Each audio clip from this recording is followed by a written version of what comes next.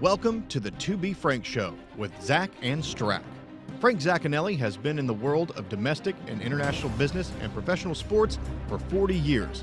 And as a former minority owner, president, and general manager of the Dallas Mavericks, he's been asked to comment on current events and national news for most of his professional career.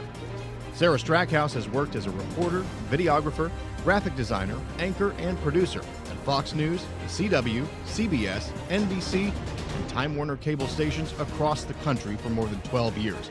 And no matter where she landed, her search was for the truth.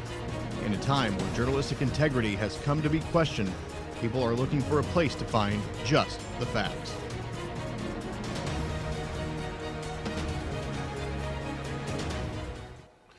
Happy Thursday, everybody. Welcome to the To Be Frank Show, the second season.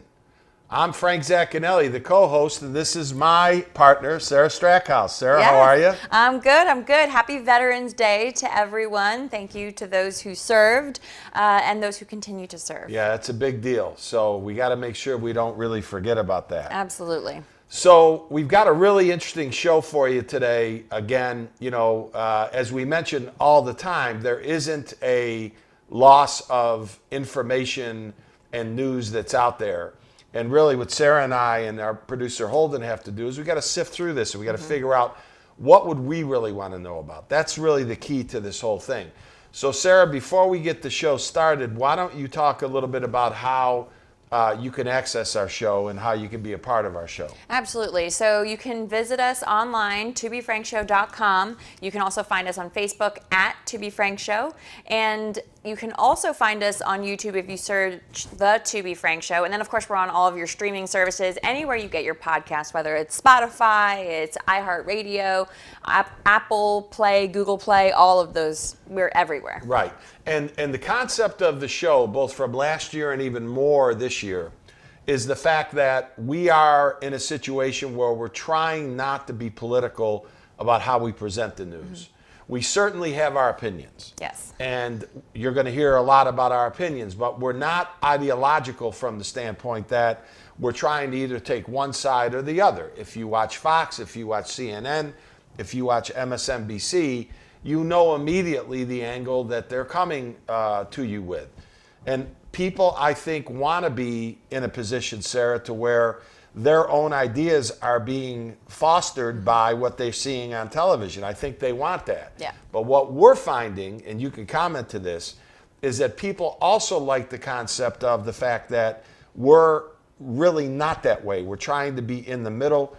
We're not trying to be political or ideological about our views. I agree. And I think people are realizing that a lot of times the media aren't saying that the public is smart, but the public is smart. They're trying to get their facts and they want to make their own decisions. So that's what we're trying to bring to the table, an outlet that's not pushing an agenda down your throat. So we want you to be able to make your own decision. We want to present you with the facts, present you with information, and you to come to your own conclusion. It's called gaslighting. Yes, there you go. That's the new term. You're being gaslighted.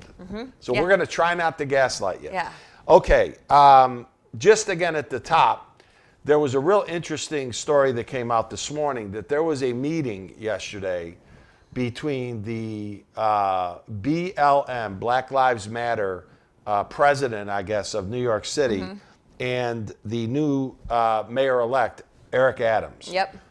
Why don't you talk a little bit about what happened in that meeting? So basically, the BLM leader said that if Adams reinstates the NYPD's plainclothes cops unit, that there's going to be riots and bloodshed. And Adams said, basically he said, that's ridiculous. That's exactly what I ran on. That's the reason why people voted for me. That's the reason why I'm the new mayor-elect. He's going to go forward with it anyways. Well, and this is indicative of a story that we're going to cover now, that San Francisco's had it with their DA. And we're going to cover that. It's a big story.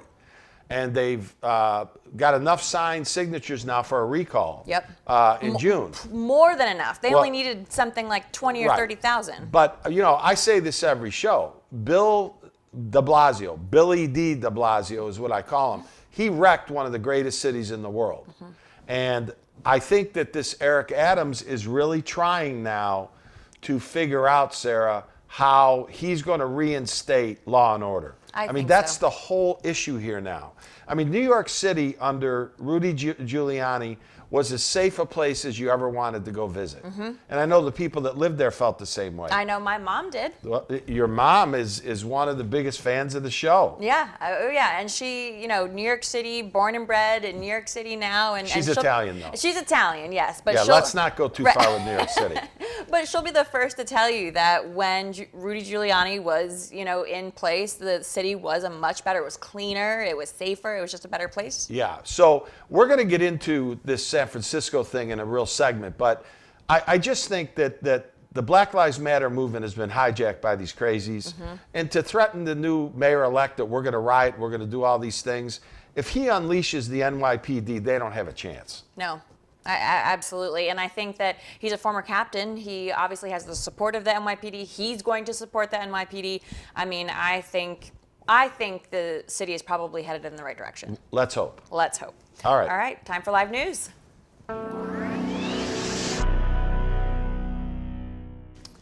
So our first story, we are talking about Howard. Howard? Yes. Do you like Howard? I do not. You don't like Howard? No, I don't. I've never really followed him. So I've listened to some of his radio shows. Howard Stern. Howard Stern, yes. I guess we should probably say Howard that. Stern. He's been in radio since '86. The Shock Jock? Is that his nickname? I think it's Shock Jock, but I've never listened to him consistently. I've heard some of his shows, and he's a comedian, he's a show host, radio, TV personality. He's not a journalist. So I'm sorry, but when he talks about things like running against Trump in 2024 or when he was trying to run for governor of New York in the 90s, I mean, this is not someone I take seriously. Do you know the background of this? Him and Trump used to be really good friends. Oh, yeah, he was on his show and he was on his show multiple times. And then I think they had a big disagreement because Howard backed Hillary Clinton in 2016, and the Donald wanted Howard to come speak at the Republican National Convention, and Howard said, "I'm not doing that. I'm backing Hillary Clinton," and that's where I think the riff really got going. Yep, and basically, I guess he said that if Donald Trump runs, it is his quote civic duty to run against him. And his co-host, Robin Quivers, was saying, we can't leave it to the Democrats. Well, he said something even better than that. I would beat Trump's ass. Yes. That's what he said. I'll beat his ass. I'll beat his ass. So I don't think we're ever going to really see this. I think that if Howard is trying to get attention, this is a pretty good one. Yeah. Okay? Yeah. This is a pretty good one. I mean, it's a joke, though. He's a comedian, Yeah. right? Well, he's, yes.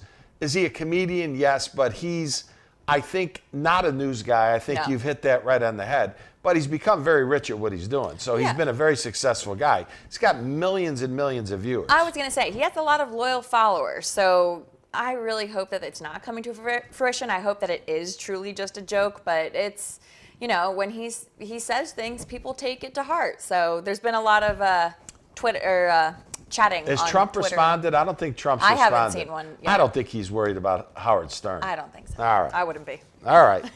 Speaking of another comedian, Jimmy Kimmel. Yeah, he bothers me. And I'll tell you why he bothers me. Is that, you know, I'm a dinosaur, right? I'm from the old school. You know, Johnny Carson, you know, you'd wait up for the Tonight Show. You'd watch a Tonight Show. He'd have a monologue. His monologue covered certain news items, but they covered him in a way that was comical. He didn't take sides. He didn't become ideological. This Jimmy Kimmel, along with most of these late night people now, they've just become an extension of their own networks. Oh, yeah. In the BS that they put out there. Jimmy Kimmel basically says, all right? And we have a video of this, too. Okay, well, why don't we run the video and then I can comment on this.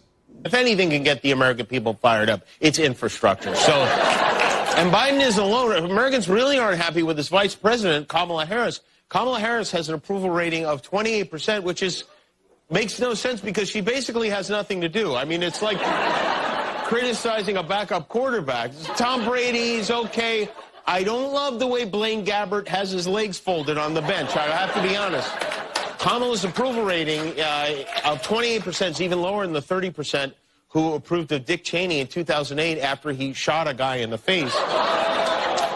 I think these people are forgetting that at least 10% of those polled approved of Dick Cheney because he shot a guy in the face. I think I know why Kamala's ratings are low, besides sexism and racism, which are the obvious ones.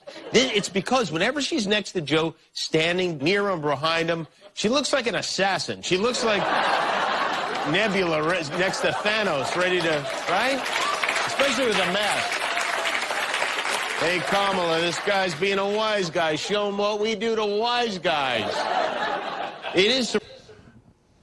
Well, that's kind of a comical, you know, I guess clip, if you want to call it that. But this isn't about racism and sexism. This is about a vice president that was put in charge of the border and never went down to the border. Hasn't had one news conference. And I've said this over and over, Sarah, and you can speak to this, is that it appears to me that she is distancing herself from the mess that the Biden administration has caused. You know, I mean, there's one thing that Jimmy had right. You know, she really doesn't have anything really to do, but she was appointed to do something was very important that I don't believe she believed that she wanted to do. Yep. Yeah, absolutely. I completely agree with those points. I think that him kind of comparing her to a backup quarterback, it was kind of funny, but the interesting part about it, so this poll from USA Today and Suffolk University, it's historically low, 28%. It is interesting what he's saying in this clip, that why does someone who has next to nothing to do, really shouldn't be, you know, that low in an approval rating, have such an a low approval rating. He says besides sexism and racism, which I think is absolutely ridiculous, because first off, let's talk about everything that's been leaked from her administration and her campaign. I mean, people talked about how terrible her environment, her work environment, Right. They said it was abusive. People were thrown under the bus all the time. I mean, these are things that people who worked with her have said about her and current administration. I mean, there was one article, Politico interviewed 20 people who either currently or have worked with her. So she's not only getting a bad rap for the border, for not speaking up, for distancing herself from the President of the United States, but I think that she also creates, you know, I guess the people who work with her, the people who know her Right. best, are unhappy with her in general and think she's clearly not a kind person or great person to be around. Well, you know, I've said this over and over, that I wonder who's advising her. Yeah. Because I always put myself in that advisor role. Like, what would I advise the vice president on? Well, I would advise that what you're doing right now isn't working by virtue of the 28%. But here's even a bigger issue. Last season, when I was doing the show by myself, when Biden would not come out of the basement, you remember those months? Yes. I said, no way they're going to be able to muzzle Kamala Harris. She's smart, she speaks well, she loves the camera. The camera kind of loves her. She's an attractive, you know, woman, and she's not dumb. And I said, she's not going to be able to suppress herself to the level that Joe Biden is having to suppress himself. Well, she did. Yep. And ever since, you really haven't heard from her. No. And I think it's a big mistake for her. Look, I think when you try to do this on balance, Sarah, having the first woman vice president and the first minority woman vice president as well, you know, you're semi-rooting for that to work. Absolutely. But this one is not working. And that's the problem with this whole thing. Absolutely. You can't just, and that's also kind of one of the biggest things that, you know, back when the election between Hillary and Trump, there were so many people that were saying, well, I can't believe you're not voting for Hillary. You're a woman. Or I can't believe you're not voting for her for this reason. Or, you know, and it was unbelievable the amount of people who want you to vote for someone just because they're the first of something. Yeah. Or if you didn't vote for Obama, And that's not a well, good- he's the first that's not a black good president. idea. That's You not a wanna- good no, idea. you want to vote for someone because they're smart. If you did vote for Kamala Harris, just like you were talking about, she's a smart woman. If you're going to get behind someone, get behind because their policies. Get behind them because you believe in what they're saying and that they're going to do what they're saying they're going to do. Well, and it proves, and this will be the close of this, it proves my last point, that inactivity is bad in anything. I mean, when you're just sitting on the sidelines and you're a wall plant, it doesn't serve you well. And you know what her comment back when she was asked why she hadn't visited the border yet? I haven't been to Europe either. Yeah, well. I mean, what kind of a It's a response little is that? tone deaf. A little bit. Yeah. All right. All right, our next story, we are talking about a key Biden nominee talking about wanting oil companies to go bankrupt. And we have a video we can roll here. Please roll this video, and then Sarah, you take it from the top. You're kind of the oil expert. You know, you tell your husband when you get home, say, I know more than you about this. Well, and I was an oil and gas reporter in Midland, Odessa in West Texas for 3 years. I mean, you breathe that stuff when you're there. You'll take this from the top, but roll the tape because this is really bad, ladies and gentlemen. Go ahead. For certain troubled industries and firms that are in transitioning. And here what I'm thinking about is primarily coal industry and oil and gas industry. A lot of the smaller players in that industry are going to probably go bankrupt in short order. At least we want them to go bankrupt if we want to tackle climate change, right? Okay, so this is Saul Omarova. She is the Democratic President Joe Biden's Marxist-friendly nominee to lead the office of the Comptroller of the Currency. So her talking about this, talk about tone deaf. We've just discussed this in the last, this is so tone deaf. According to the IPAA, there's 9,000 independent oil and natural gas production companies just based here in America. Do you know how many industry employees there are here in America? 9.8 million jobs. That's 5.6% of the U.S. employment, according to PwC. So that many people would be without jobs if what she's saying goes through. If these people are getting all these companies are going bankrupt. Not to mention, you know, years ago we were energy independent, and suddenly we are dependent on everything. And I know we're going to get into the pipeline and some of our next subjects, but it's just unbelievable for her to wish something like this on the American economy. Well, I'm gonna hit that. But again, her quote, which you got to be a complete moron. I'm so sorry, but you got to be a complete moron if you're nominated for something as serious as a cabinet, not a cabinet position, but an a deputy position. Yeah, a comptroller position. Yeah. We want them to go bankrupt if we want to tackle climate change properly. We want them to go bankrupt. Who in their right mind says that? And here's my problem with all of this. I'm for the environment, okay? I'm very passionate about the oceans and about plastics in the oceans and our sea life dying and certain things. I'm very passionate about that. On climate change, I have to admit, I understand what they're trying to say. I just don't see the studies the way that they see them. How are you going to make a determination on climate on a 40-year study, a 35-year study? The planet's 6 billion years old. So how are you really going to do that? And here's my other problem. This is what Joe Biden and his administration failed to understand. You hit this on the last show. He goes to OPEC and says, well, you have to produce more oil and gas so that we can get the price down. Well, we were producing that. What is the difference on who produces it if we're all members of the same world society, the same world environment? What the hell's the difference to the environment? No one has ever been able to explain that to me. Yep. No, I completely agree. And if they're not going to follow along with the same trend, why are we trying to do that when we're just all of the consumers are going to be the ones paying for it? But does it make any sense, though, if we're on the planet and we're worried about the planet?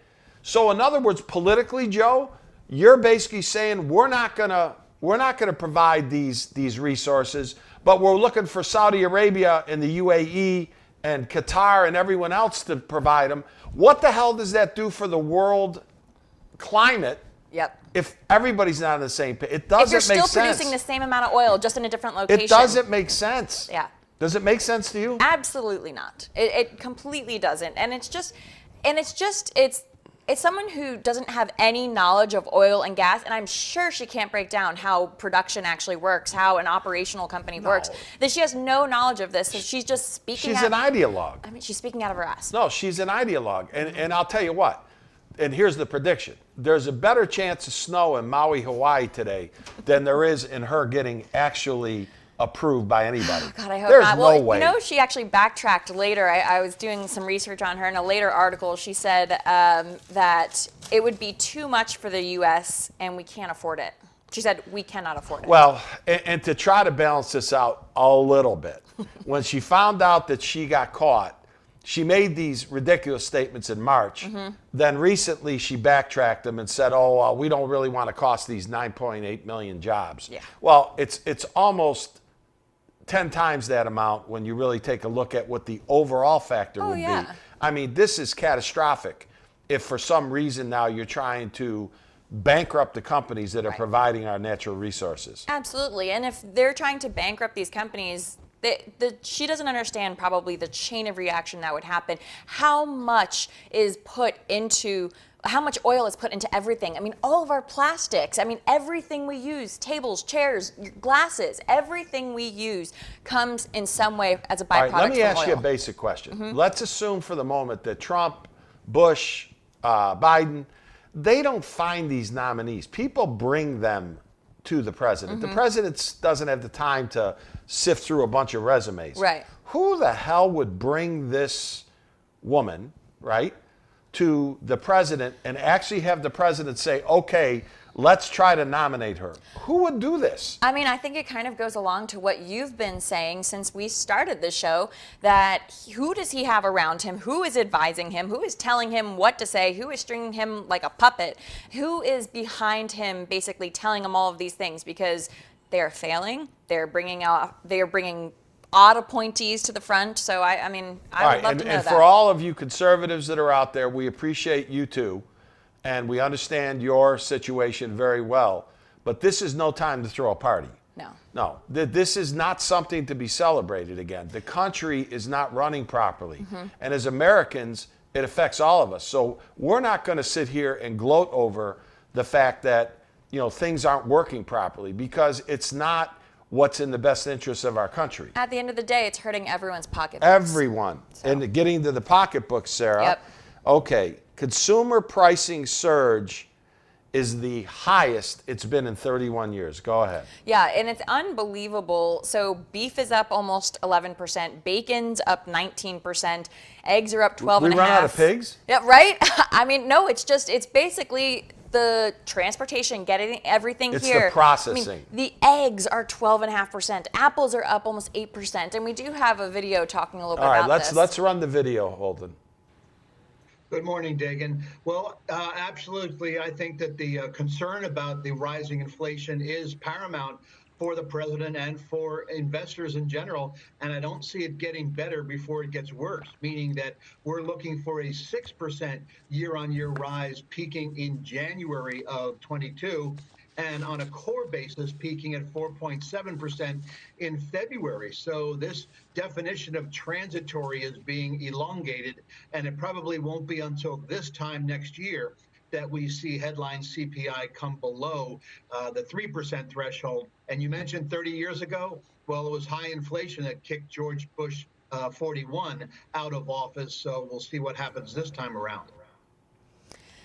And unfortunately, a lot of these issues are obviously probably started from COVID. That's kind of what economists have said. For sure. Yeah. For sure. But at the end of the day, there are things that, and we've talked about this again before, that Biden is doing that's kind of shooting himself in the foot.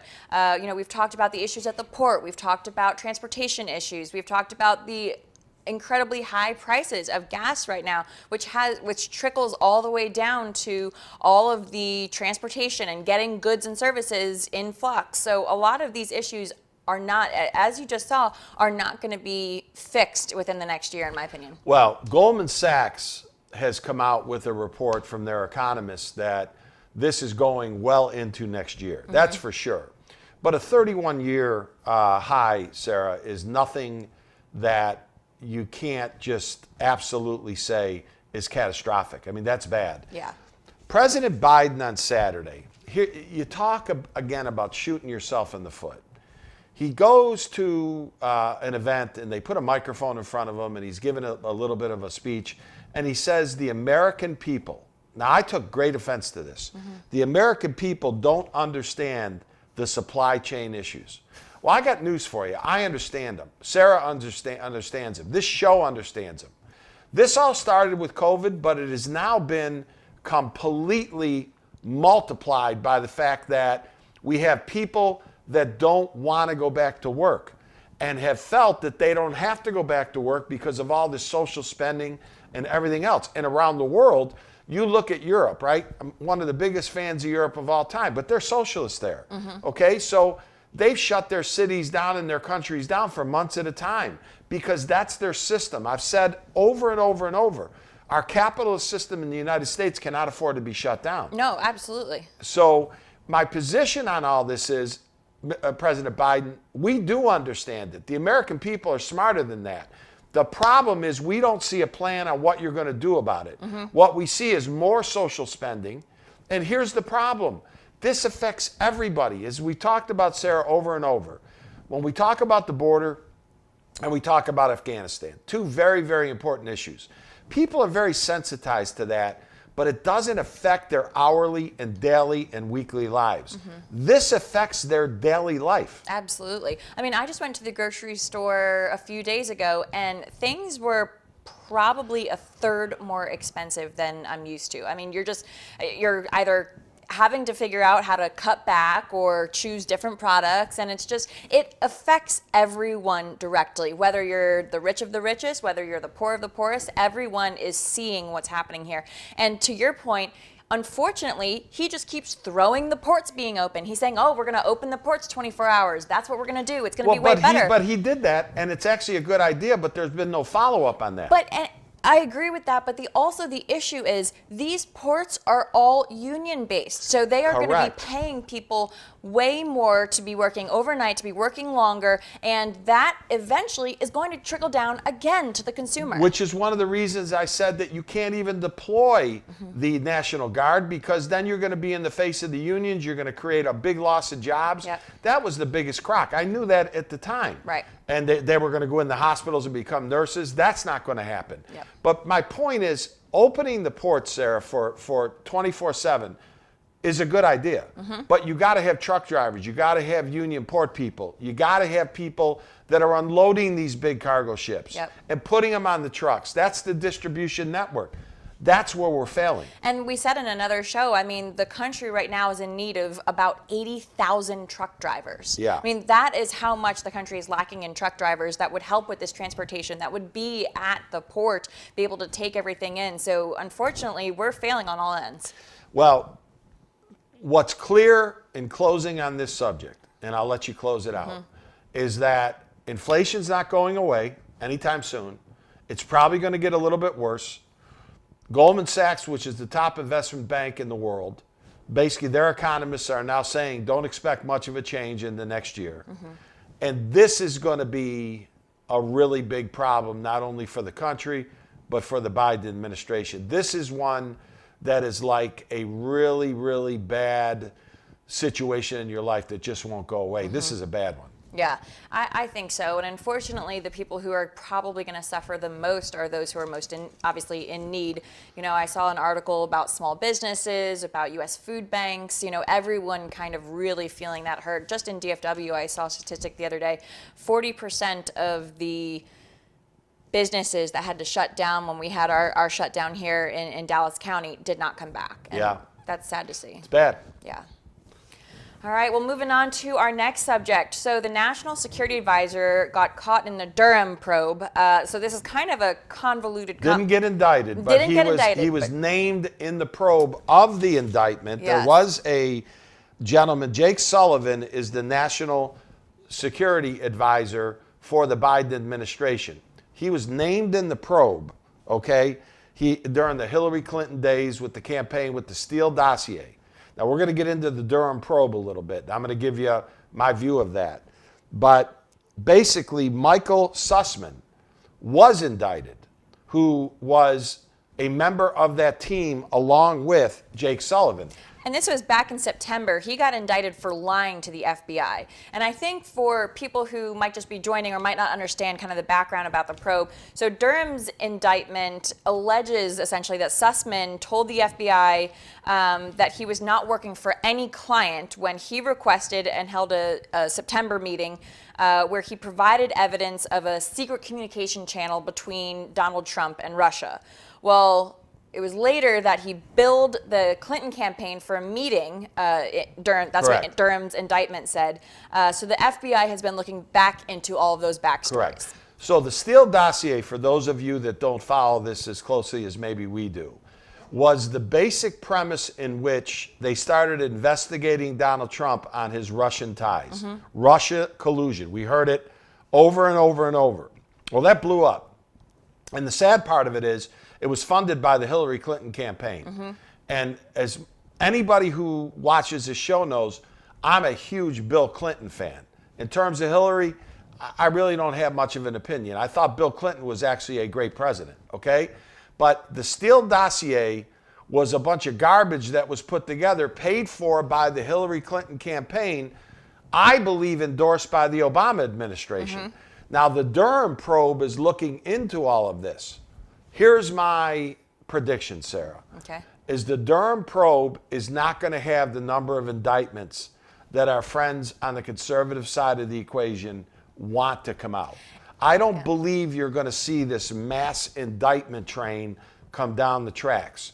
I believe what you're going to see is you're going to see a report that's going to be scathing about how bad the Hillary Clinton campaign was and what they did and the whole Steele dossier and all of this stuff. But I don't think the level of indictments that a guy like Sean Hannity would like to see are going to come down the pike in this Durham investigation. The other thing that I don't foresee happening is stations like CNN and MSNBC, NBC, ABC, CBS actually running the story. Yeah. Well, they've not run the story. Yeah. And why is this an important story, right? The Steele dossier was used to get all kinds of things through the court systems. You remember all of that, where they went and got all these subpoenas and all these things based on this phony dossier that ultimately then allowed for the FBI to go investigate people they shouldn't have been investigating. Now, whether you're a Republican, whether you're a Democrat, whether you're an independent, nobody wants that. Right. That is a bad scenario, okay? If the Republicans did it, the Democrats did it, it's a bad scenario. Absolutely. And I think it also, you know, back when Trump was saying that they're spying on me or whatever he was saying, you know, everyone dismissed it, said he was crazy. I mean, this kind of goes a little bit into that. It talks about, you know, Big Brother being there and Big Brother being able to do things and listen in on things that really Americans should be safe that they're not being spied on like that. Well, this was the FISA courts. They went into the FISA courts with these, you know, bogus documents, and the FISA courts actually gave them the access that they wanted. And again, if you're the most liberal person in the world that watches this show, this is not good for anybody. This is not good for anybody because this is Big Brother overlooking things that they shouldn't have their hands in. And then they put the Trump administration through 2 years of this. Robert Mueller, anybody who remembers him, former FBI chief, I guess, he was the head of the FBI for a while. His press conference or his hearing in front of Congress, Sarah, I don't know if you remember it or not, it was the equivalent of a bad moment for Joe Biden. I mean, this guy had 1 foot into the bus going to the home. I mean, this guy was like completely off his rocker. Really couldn't explain much. And then the whole thing blew up. And this is the whole Adam Schiff thing. Did you see the reporter from Fox who was on The View that interviewed Adam Schiff about the whole Steele dossier? She absolutely killed him. It's Megan Ortegas, who was with the State Department. She's a Fox reporter. I like her. Very sharp. Very sharp. And she brutalized him. And she went through one thing after another after another. She doesn't have answers for it. But this is not a political statement. This is just a statement of the fact that we got to be careful about how we use the government's powers, whether you're a liberal or whether you're a conservative. You can close it out. Well, I just hope that this continues to get followed. I mean, we'll continue to follow it, but I hope that the media continues to stay on this, because if this just gets swept under the rug or a couple indictments happen here and there and no one hears about it, then it's just going to be continued to be allowed. All right. So, all right, time now for Double Take.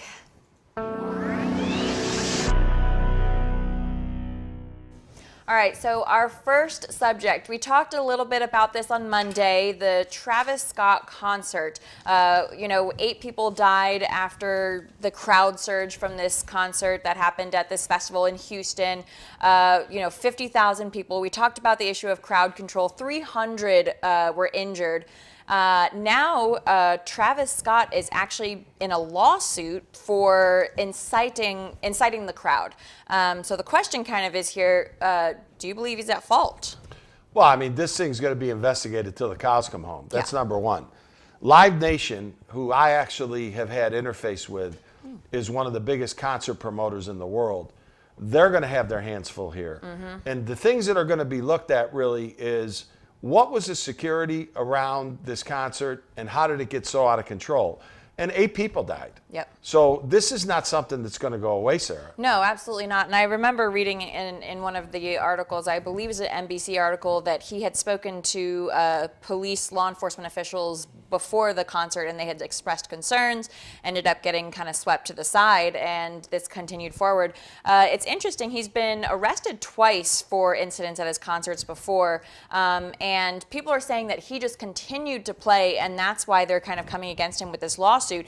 He did stop briefly when he noticed an audience member needed help and needed to be picked up, and then he also stopped a second time when the ambulance came by, but then he continued to perform for 30 more minutes. So, I mean, he was saying, you know, let's get excited. He was yelling on the stage and trying to get the crowd amped up. I mean, but that happens at every single concert. So I don't think, in my opinion, I don't think you can I don't think the lawsuit has merit when he's saying, let's get excited and let's get, you know, have fun. But I think, you know, is the performer at fault? I don't know. It's a hard question. Is this in your opinion, because I'll give you a little bit of a reference, but is this in your opinion not a black or white issue at all? No. But is this a 21st century, 2021 cultural issue that people go to concerts now and they can't behave themselves?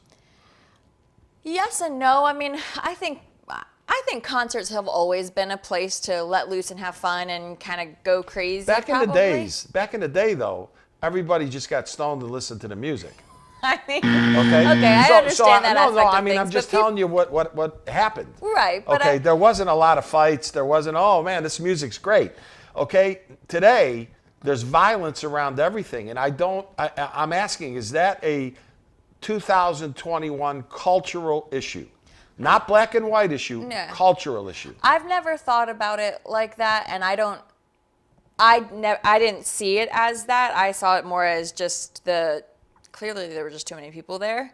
I think it was probably, you know, the barriers weren't set up properly, maybe not enough law enforcement there, too many people.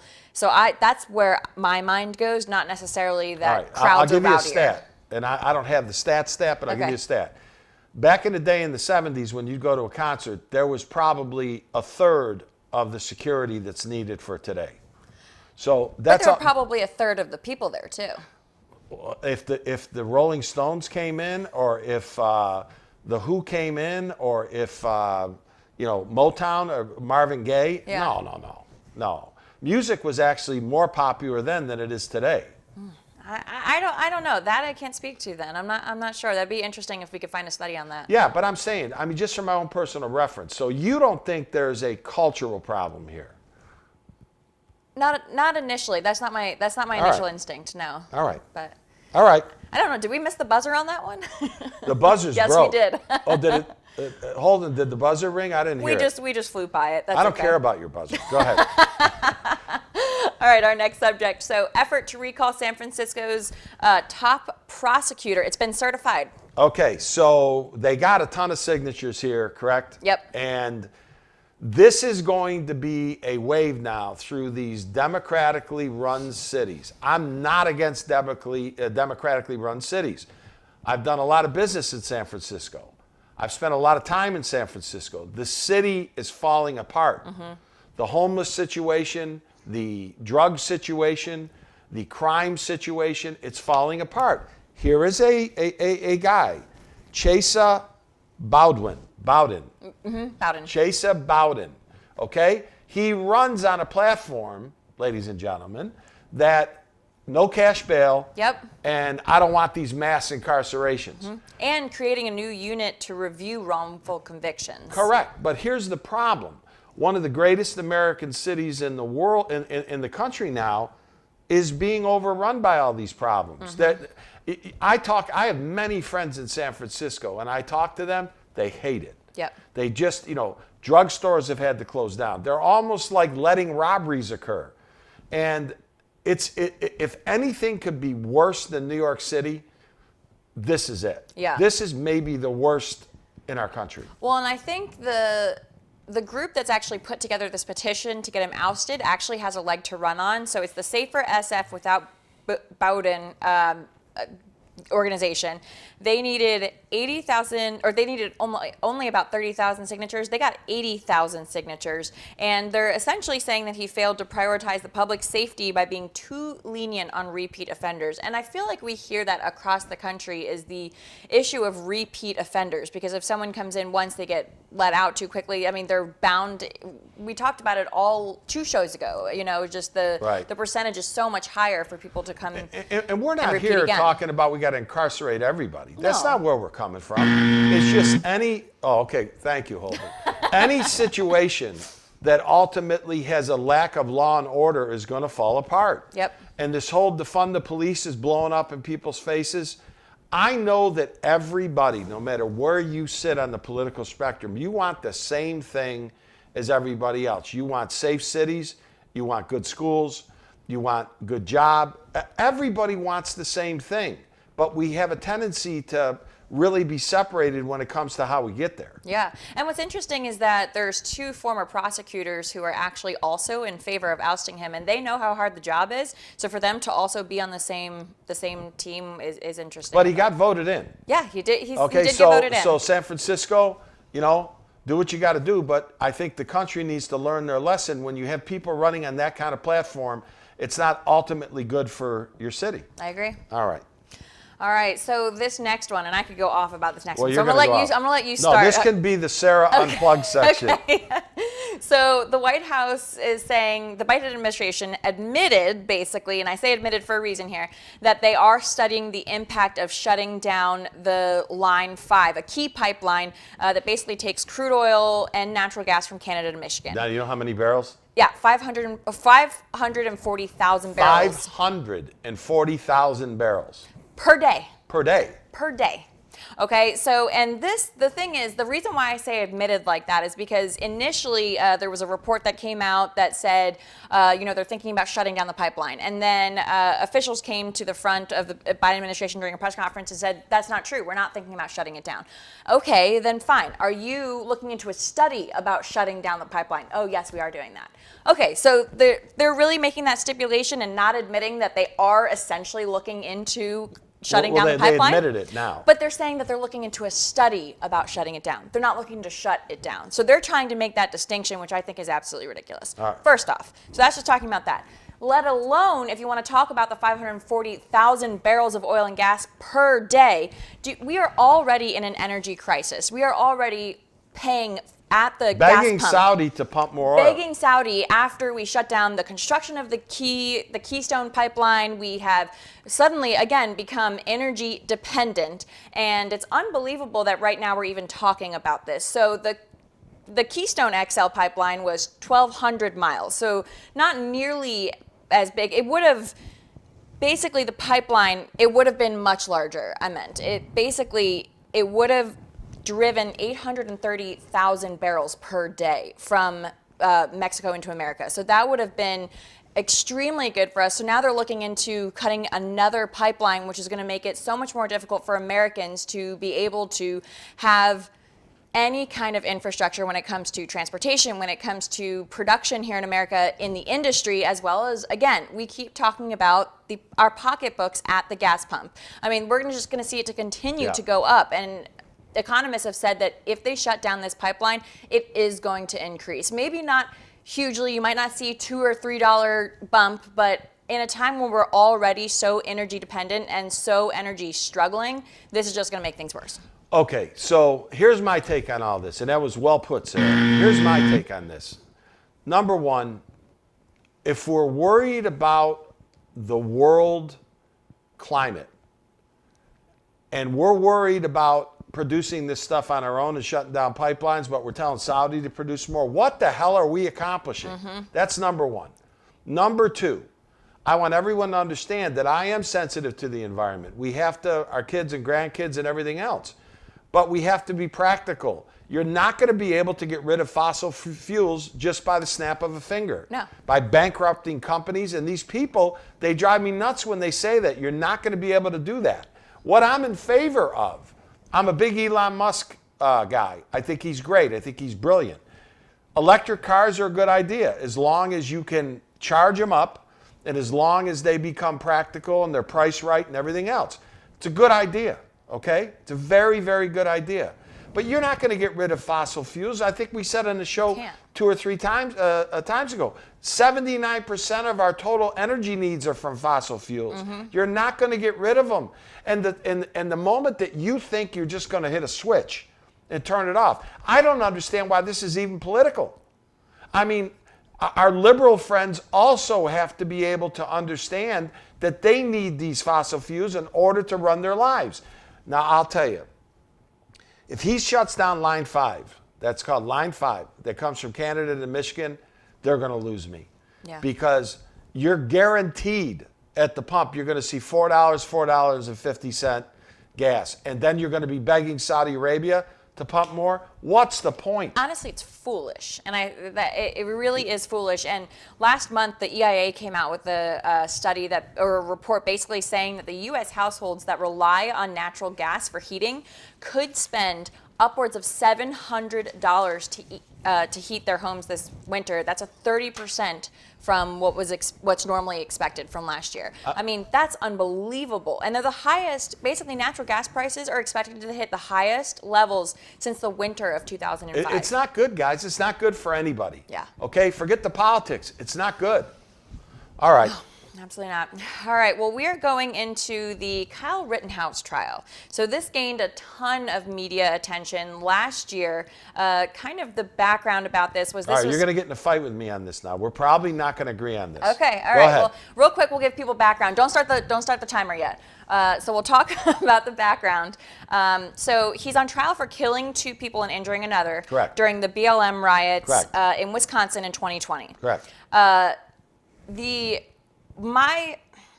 I guess my biggest issue with this story is that people painted him as a white supremacist, as a terrible person, as a vigilante, all of this stuff before any of the information came out. And that is the biggest issue with our country today. People crucify anyone if they decide that they don't like what they're doing or how they look without finding out all of the information. White, black, red, brown, I don't care what sex you are, I don't care what race you are, if you need to find out the information before making this decision. And that's why it's so important for these trials to be public. And this was a very public one and continues to be. And I hope that people actually pay attention to what's come out here, because I'll let you go first, but there's information that's come out. No. But what I'm saying to you is I'm going to disagree with you on this for the premise on a couple of points here. Okay. And then you'll have all the time in the world to respond. Okay. This guy's an Illinois resident, doesn't even live in Kenosha. Let's start right there. Okay. So he decides that the Constitution of the United States allows him to take a semi-automatic rifle, put it in his car, drive 45 minutes to Kenosha from where he lives in Illinois, and walk the streets with a loaded gun. For what? I mean, he kills 2 people. He injures another. I don't understand what the hell he's trying to do here. I mean, that's my whole problem with this whole thing. I could understand if your parents' store was being robbed. I could understand if you lived and worked and owned property in that community. I could understand it a little better. You're not even from there, but yet you load your gun and you're walking the streets with your gun. What the hell do you expect is going to happen? Only bad things from there is going to happen. Now, I'm not backing the rioters. This is completely wrong, okay? But this poor young 17-year-old that's on social media with guns and I love guns and all this other stuff. I'm a Second Amendment guy to a point, okay? I've said that over and over and over. But I don't see what the hell this young kid was really trying to accomplish. Can you answer that one? Yes. So what he said when, he actually stood trial at his own, or he actually took the stand at his own trial. He testified. And what he said was that he was going to help protect small businesses. So under whose authority? The authority of the Constitution of the United States. Okay, you lose me a little there. Okay, Go ahead. But okay, so that motive, I understand kind of where you're coming from there, but if he's saying in his mind, and what people who are in defense of him are saying, that he's trying to be a patriot, just trying to help and defend places that are being looted. That he has nothing to do with. But that, okay, but you see... In a city he doesn't even live in. Okay, but think about it. Let's say you're visiting a city, you see someone struggling on the side of the road who's hurt. Are you going to be like, I don't know that person, I don't live here, I'm not going to help them? That's a horse of a different color. I didn't load up my semi-automatic weapon. But to me, the principle is a little bit the same. So, again, continuing. So, according to the Associated Press, reports that Rittenhouse was trying to get... You argue with your husband like this? Always. Okay, go ahead. Yeah.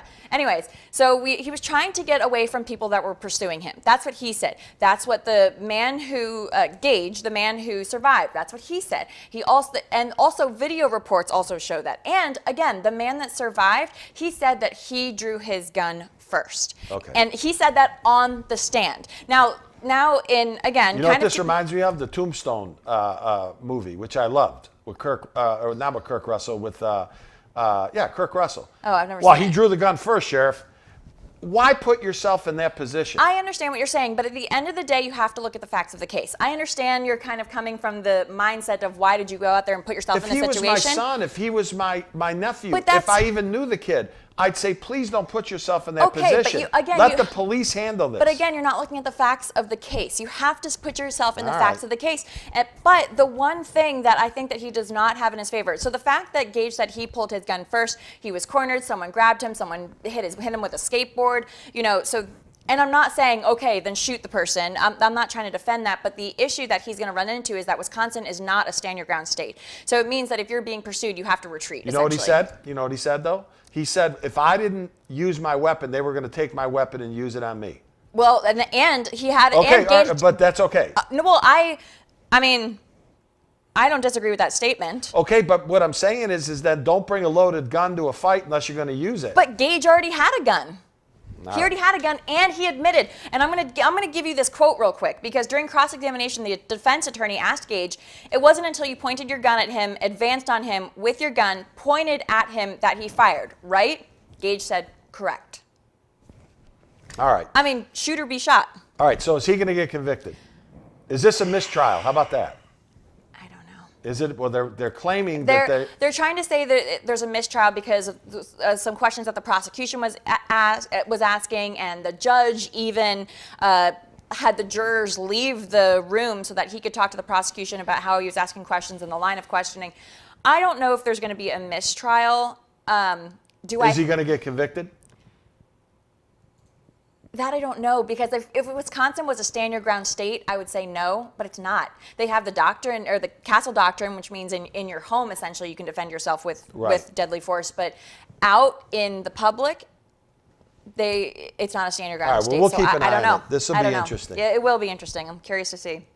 All right, so our next double cake subject, American-trained Afghan pilots are trying to leave, and the Taliban is saying, no, stay. You're fine. Well, no, we might need you. We might need you. For what? Yeah. Oh, yeah. They're saying, oh, no, don't worry. You're protected by amnesty. Would you trust the Taliban? No. And the whole thing's a mess. This is a mess. And again, we've covered this over and over. We're not going to let the story die. Mm-hmm. Getting back to the main story, there's still Americans that are there that don't want to be there. There are all kinds of Afghanis that helped us in the 20-year war that are there that we left behind. This is an embarrassment. It's a national embarrassment. This whole pilot story really, Sarah, ties into the real discussion, which is why the hell did we handle the leaving evacuation, the evacuation? Why did we handle the evacuation the manner we handled it? Yeah. And again, on the other side of the equation, the Democrats, always point out that Trump wanted to leave too. But I don't believe that the Donald would have left that way. No. I believe he would have had conditions and he would have stuck to them. And he would say, no man left behind. Yes, but see, President Biden, for some reason, does things for political reasons that get him in an incredible amount of trouble. And this is one of them. And this is a stain that just is not going to go away. No, I agree. And you know what's kind of interesting, and you're so right, it's not going to go away. I saw recently that now his name is blanking. So Channing Tatum and who played Bane in Batman? I don't know. Tom Hardy. Oh. And Tom Hardy are going to be starring in a movie about the evacuation of Afghanistan. And some people are like, this is excellent. This will be informative. I'm happy that, we're making a movie about how terrible this is. Other people are like, you're capitalizing on something. Is Batman going to Afghanistan? No, he's not. No, he's not. No. All right. But other people are saying that it's terrible that they're capitalizing and making profit from something so terrible. So what do you think? I think it's bad. Yeah. I think the whole thing stinks. Yeah. And I think that it will define the Biden presidency as one of the biggest mistakes ever made in modern day history. I don't disagree. All right. All right, time now for Frank Unplugged.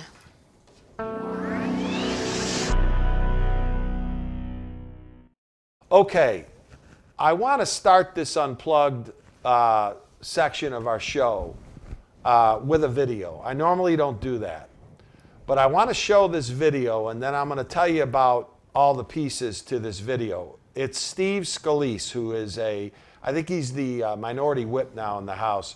He's the gentleman from Louisiana that was shot at the softball game, if you remember that, years ago. And he's a conservative guy, and he's part of the House leadership on the Republican side. He made an impassioned speech about the $1.2 trillion infrastructure package that 13 of his colleagues, 13 Republicans, voted for, or it wouldn't have passed.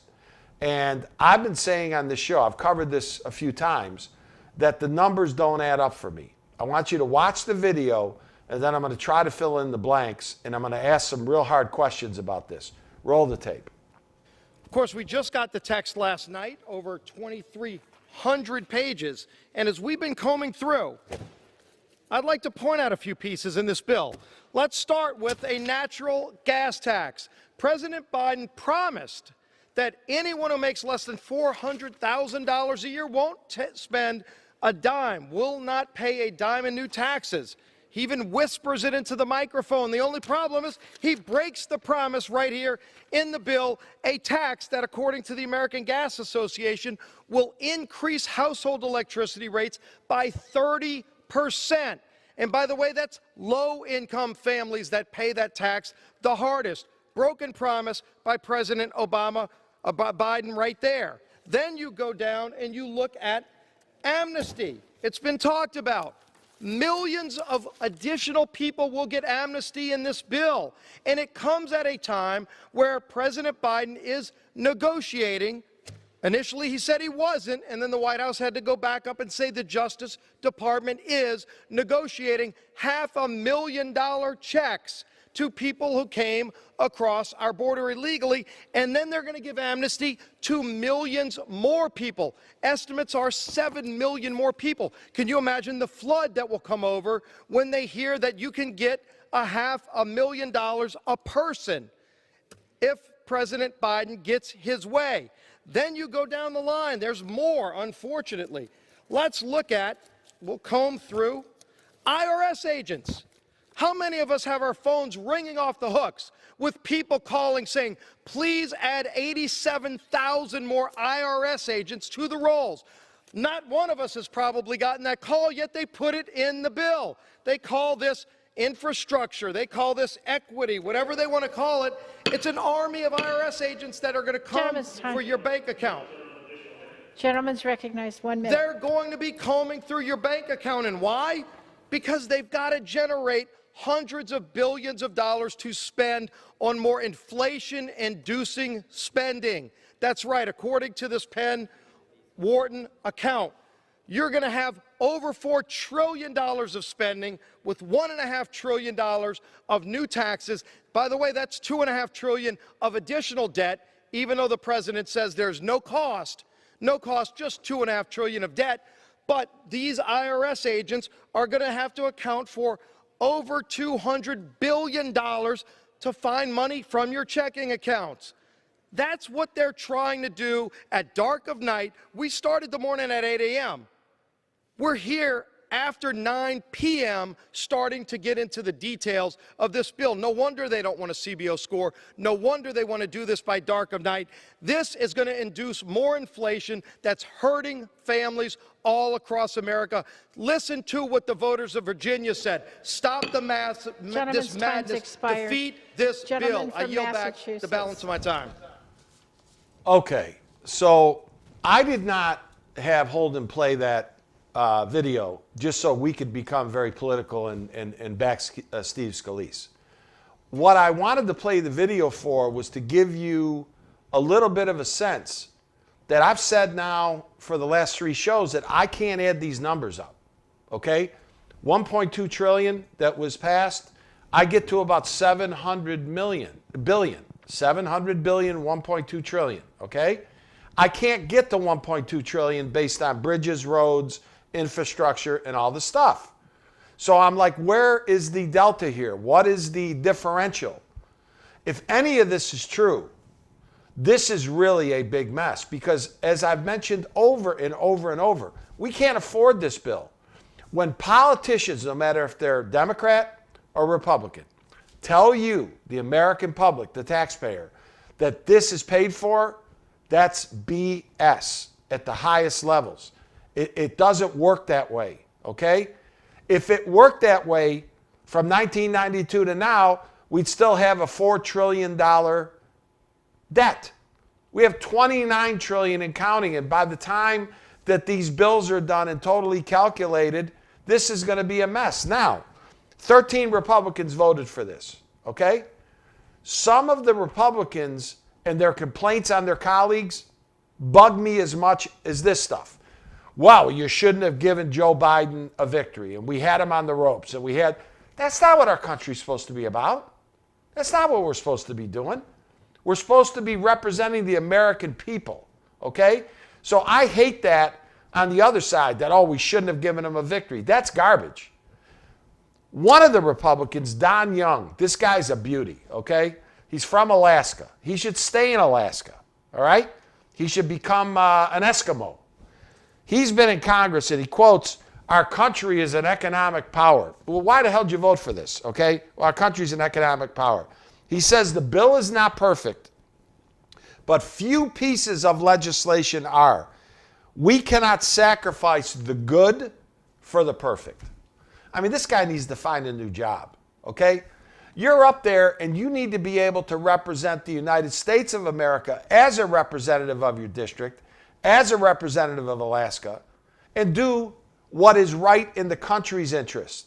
Oh, well, we need these roads and we need this and we need that. All right, Don, what about this other, appears to be $500 billion worth of stuff? IRS agents and new taxes and all this other stuff that I'm going to cover in a minute. What about that, Don? Okay? And you had 13 of them. 4 or 5 from the state of New York, okay? Well, we need this infrastructure. Well, why don't you just pass an infrastructure bill? And here's a problem that I have. When the Senate sends a piece of legislation to the House that they have passed, okay, and they did that 3 months ago, and the House then makes changes, does it not go back to the Senate? I'm really confused about this. I thought I understood how the interfacing of the Senate and the House of Representatives works. If the Senate passes something, this is Mitch McConnell voted for this, okay? I can guarantee you he didn't vote for 87,000 new IRS agents. He didn't vote for more taxes. He didn't vote for that, okay? The problem that I have is the process is broken down. Now, let's get to the media. I have killed myself to try to get to the bottom of this in terms of what is actually in this damn bill, all right? There's no clear answer. I mean, the media just reports about the politics of it, okay? They don't report about, all right, what's in the bill, how much does it cost, how much is it going to add to the debt, and how the hell are we going to pay for it? I thought that's the reason that the media exists in the first place, is that they're supposed to hold our politicians, you know, Republican or Democrat or independent, they're supposed to hold them accountable. Where's the accountability here? I mean, it's just unbelievable. So let me just cover, again, the 4 ads that Steve Scalise, who knows more than me, says are in this bill. The addition of 87,000 IRS agents, like we need more IRS agents, okay? 87,000, all right? Has this been approved by the Senate? This is my whole point. Did Mitch McConnell vote for this? I don't think so. But now the president's going to sign the bill on Monday. I thought that if one section of the Congress passes something and it gets changed, it goes back to the people that passed it so they can look at the changes. Is that not occurring? Or is this even real? I can't answer it, but I'm going to get to the bottom of it. 8 million illegals are going to get amnesty according to what I'm reading as it relates to this bill. 8 million people get amnesty, okay? Forget about getting paid, separation, Donald Trump, the bad guy at the border. He wasn't the bad guy at the border. They were in cages, God forbid, and you feel bad for these people, okay? If they're that desperate, you really have to feel for them. But Obama started this, okay? But it's covered differently by the mainstream media depending on who's doing it. A tax that would increase household electricity by 30%.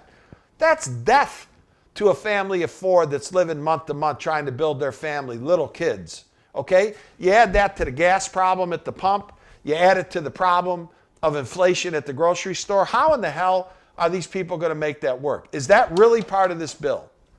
And then the last one, I can't even get a definition on, Sarah. Giveaways to the union bosses. What the hell is that? Okay? What the hell are we doing here? I just want to know, is this the bill that Mitch McConnell and I believe over a dozen Republican senators voted for? I hope not.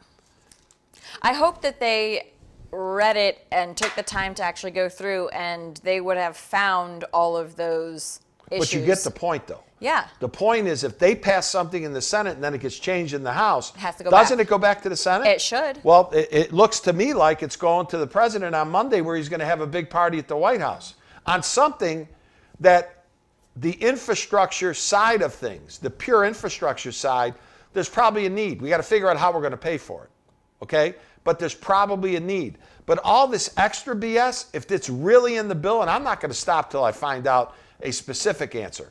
I went, Sarah, to every damn website on the planet Earth, and nobody can report, strategically and with confidence of what actually was in this 1.2. Right. I mean, who the hell knows this?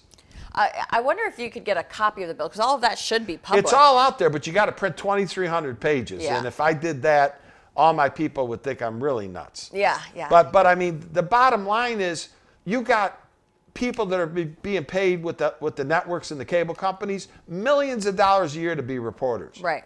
Get the damn answer to this. Yeah, absolutely. Don't you think we ought to know? I think so. The public needs to know why all of their money is going out of their pocketbooks to the government. All right. Stay on it. All right. All right. Time now for headlines.